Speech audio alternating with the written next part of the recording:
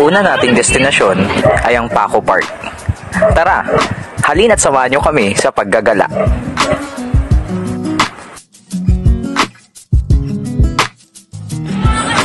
Ang Paco Park o ang Cementerio General de Dilao ay ang libingang itinayo ng mga Dominikano noong panahon ng Espanyol.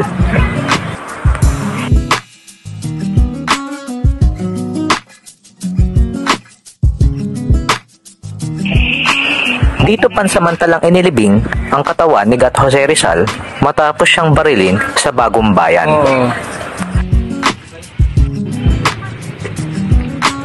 Sir, kaway naman dyan, oh.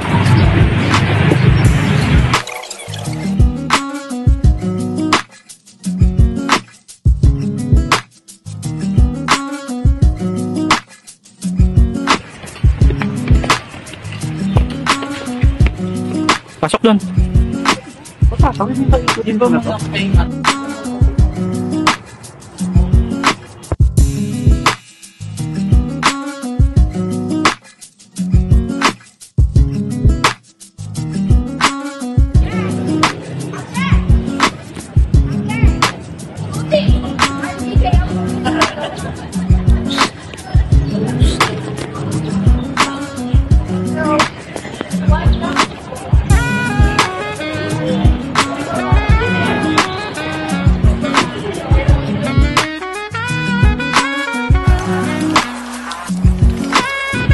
Yun lamang sa aming historical immersion sa Paco Park. Mula sa Inang Mamantasan, tumawid kami papuntang Finance Road upang marating ang National Museum of Anthropology. Ang una naming nakita dito sa loob ng museo ay ang mga nagpapatunay ng sinaunang uri ng pagsulat ng ating mga ninuno. Ang Banton Cloth ay isang kapirasong tela na may nakahabing kasulatan na natagpuan noong 1939. Ang Kalatagan Pat naman ay isang palayok na mayroong makikitang nakaukit na salita malapit sa bunganga nito. Ito ay natagpuan noong 1958 sa Kalatagan, Batangas. Ang Butuan Metal Paleograph naman ay natagpuan sa Agusan Province noong mid-1970s. Ito ay isang kapiraso ng metal na mayroong nakaukit na mga salita. Halintulad sa nabanggit kanina, ang Laguna Copper Plate naman ay piraso ng tanso na mayroon ring nakaukit na mga salita na natagpuan sa Lumban, Laguna noong 1989. At panghuli ay ang Doktrina Kristiyana na naglalaman ng mga kasulatan mula sa simbahan at tinagurian din bilang kauna-unahang librong na inimbag sa ating bansa noong taong 1593. Isa sa mga sumunod na silid ay ang mga patunay na tradisyon ng ating mga ninuno na maglagay ng mga katawan ng tao sa loob ng mga banga. Nakita namin ang iba't ibang sinaunang kagamitan na gawa sa putik o clay. Kasama na rito ang manunggol jar, maitom jar, at ang iba pang mga pantakip sa mga banga na may tuturing na national treasure. At ang Tabon Skull Cup na nadiskubre sa Tabon Cave sa Palawan. Ang Leta-Leta Jarlet with Yawning Mouth na natagpuan noong 1965. At ang huli naman naming pinuntahan ay ang mga nasa gitnang parte ng museo na kung saan matatagpuan ang likha ni Leroy New na tinatawag na Bahay Balete na isang obra na gawa sa mga plastic water container. Isa rin sa makikita rito ay ang mga fale o bale o ang Ifugao Traditional House. Sa matutal, ang karanasang ito ay nagbigay daan upang mas mapalawig pa ang aming interes sa kasaysayan ng bansang Pilipinas na hindi na isulat ng mga historiador at patuloy pa rin tinutuklas hanggang ngayon. Ang Spoliarium ni Juan Luna. Ito ay kanyang natapos noong 1857 at inilipat sa museo noong 2006.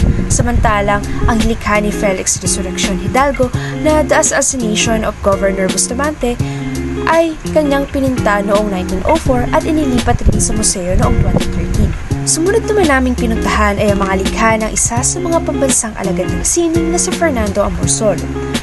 Kabilang sa mga likha niya ay ang Paoay Church at ang Mother and Child. At ang huli naming pinuntahan ay ang una Bulaquena na ipinanta ni Juan Luna.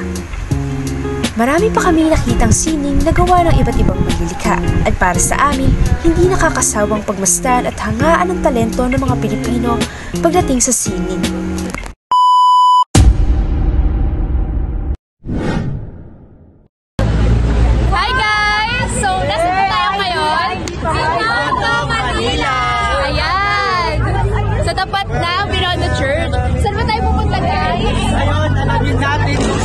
tayo pupunta?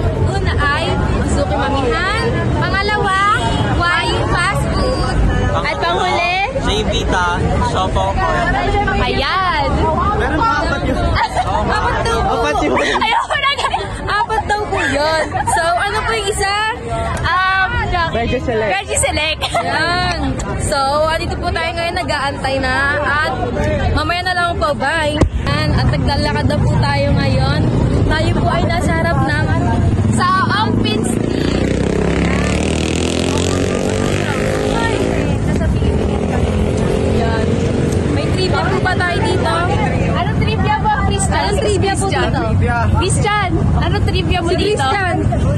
Christian, kagrupo ka namin! Anong trivia mo dito sa ano na to? Wait lang, mas Nakikita niyo yun sa... Turo mo, be. Nakikita niyo yun sa historical marker na yung Chinatown, siya yung pinakauna. Chinatown sa buong Asia. Siya yung pinakauna. Tapos nung panahon ng mga Espanyol, nasakop siya. Kaya nagtayo sila ng ng simbahan to try to erase Chinese culture dito. Pero Bibe, kagrupo ka namin! hindi, mababasa niyo yun. A few moments later.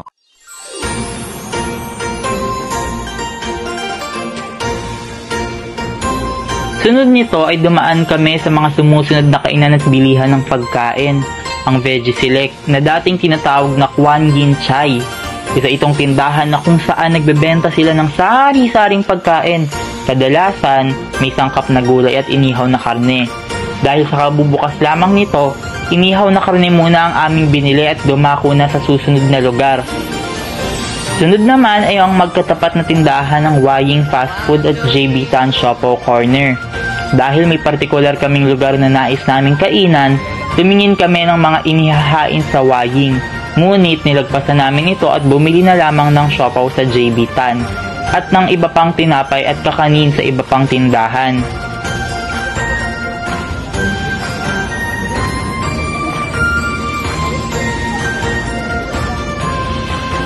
Ang panghuli naming pinuntahan ay ang Masuki Mamihan na kung saan ang buong klase namin ay bumili ng pagkalaki-laking mangkok ng mami. At ito ay aming kinain at nilasap hanggang sa kahuli-hulihang patak ng sabaw.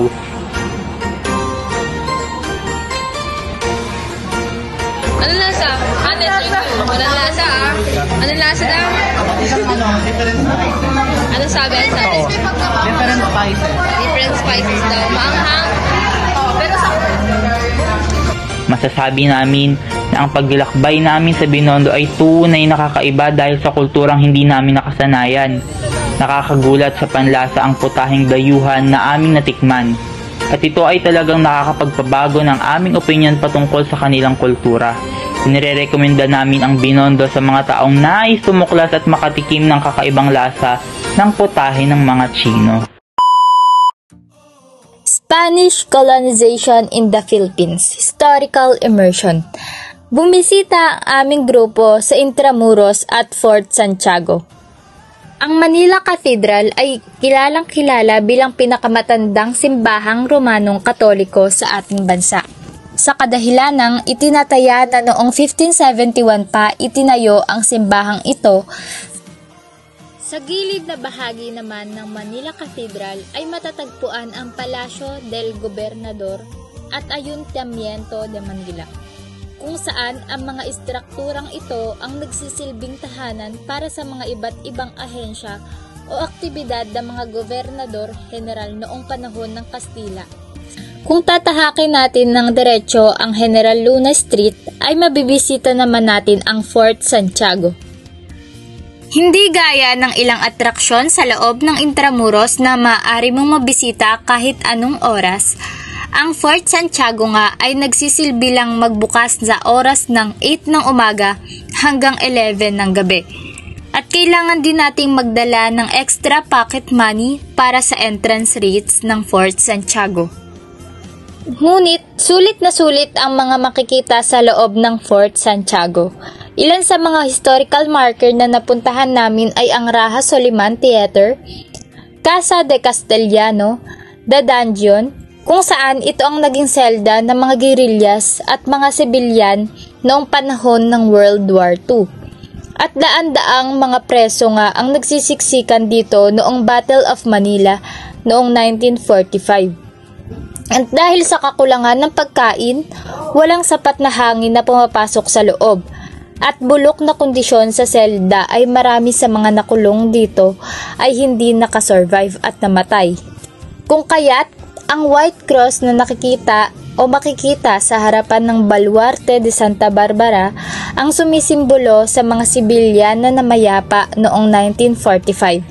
Sa loob naman ng Baluarte de Santa Barbara ay nakakita kami ng Lego models ng mga historical landmarks sa loob ng Intramuros at iba pang mga lugar sa Pilipinas.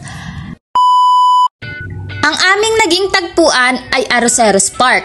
Tapat ng Arroceros Park ay matatagpuan ang una sa mga naging destinasyon namin. Ito ang Manila Metropolitan Theater o mas kilala sa tawag na MET. Hindi kami nakapasok sa loob ng theater kung kaya't sa labas lang kami nakapagpa-picture. Sa gitna ng plaza ay makita ang statue ni Andres Bonifacio, ang nagtagtag ng katipunan at pangunahing personalidad sa himagsikang Pilipino laban sa kolonisasyong Espanyol. Sa likod mismo ng liwasang Bonifacio ay matatagpuan ang Manila Post Office. Makikita natin ang Jones Bridge. Kung pupunta kayo rito ay mapapansin nyo ang kahanga-hangang neoklasikong disenyo ng tulay. Ngayon naman ay tumatahak kami sa daan patungo sa Chinatown Arc. Ito nga ang aming ika-6 na destinasyon. Ang arc ngang ito ang pinakamalaking Chinatown Arc sa buong mundo. Tumungo kami sa Kartilya ng Katipunan o Bonifacio Shrine. May event nga na nagaganap noong pumunta kami noong umaga na ito. Gayun din sa likurang bahagi nito matatagpuan ang historical mark na Berlin Wall debris. Ang Berlin Wall na ito ay simbolo ng division at unity. Para sa araw na ito, kami ay nagtungo sa isang kilala din na lugar sa Maynila, ang Luneta Park. Kilala bilang Luneta, ang iconic Central Park ng Maynila. Ito ay nakalatag sa humigit kumulang 60 hectares ng mga bukas na damuhan, ornamental garden, lawa, sementadong daanan at ang mga monumento sa buong panteyong ng Filipino. Bilang lugar kung saan pinatay si Jose Rizal ng mga kolonyal na otoridad ng Espanya, ito rin ay may malaking kahalagahan sa kasaysayan. Ang Rizal Park Visitor Center ay nagbibigay ng mapa na nagdidetalye ng mga 40 na pasyalan sa loob ng parke. Dito, makikita mo ang Rizal Monument na nasa harapan ng 46-meter flagpole at binabantayan ng mga gwardya na may buong regalya na naglalaman ng mga labi ng bayani at nakatayo bilang simbolo ng pagiging Filipino. Sa isang gilid ng monumento ay makikita ang lugar ng pagbitay kay Rizal. Sa pasukan ay isang itim na granite na pader na may nakasulat na Mi Ultimo Adios o My Last Farewell ni Rizal. Sa gitna ng parke ay ang Central Lagoon, isang pool na may linya ng mga bust ng mga bayani at martir na Pilipino, at isang dancing musical fountain na sumasabog ng makukulay na ilaw sa gabi. Hilaga lamang ng lagoon ay ang open-air auditorium. Sa aming paggagala sa loob ng Luneta, aming nasilayan ang lights and sound ni Rizal. Kami din ay pumasok sa Chinese Garden at Japanese Garden kung saan napakaganda nito at talagang kita na ito ay naiingatan at pinhalagahan ng mga namumuno. Makikita dito ang magagandang halaman at mga infrastructure na mapapasabi ka na wow, para kang nasa China o Japan. Alam nyo ba na ang Chinese at Japanese Garden ay nagsisimbolo ng pagkakaibigan ng bansang Pilipinas at ng mga bansang China at Japan? Ang Luneta o Rizal Park ay hindi maitatanggi na maginhawa at mapayapa, salungat sa ating nakasanayang Maynila na puno ng mga mamamayang Pilipino at mga dayuhang individual na pilit na bumabangon at lumalaban sa pang-araw-araw na kabuhayan. Ang Luneta ay nagdidiwang at nagpapaalala sa atin ng katapangan at sakripisyo ng ating bayani na si Dr. Jose Rizal sa panahon ng pananakop ng mga Espanyol. Bilang grupo, ito ay aming inirekomenda na maging parte ng karanasan bilang isang mamamayang Pilipino upang mapaunlad ang pagiging makabayan ng Pilipinong mamamayan. Ang aming huling destinasyon para sa historical immersion ay ang National Museum of Natural History.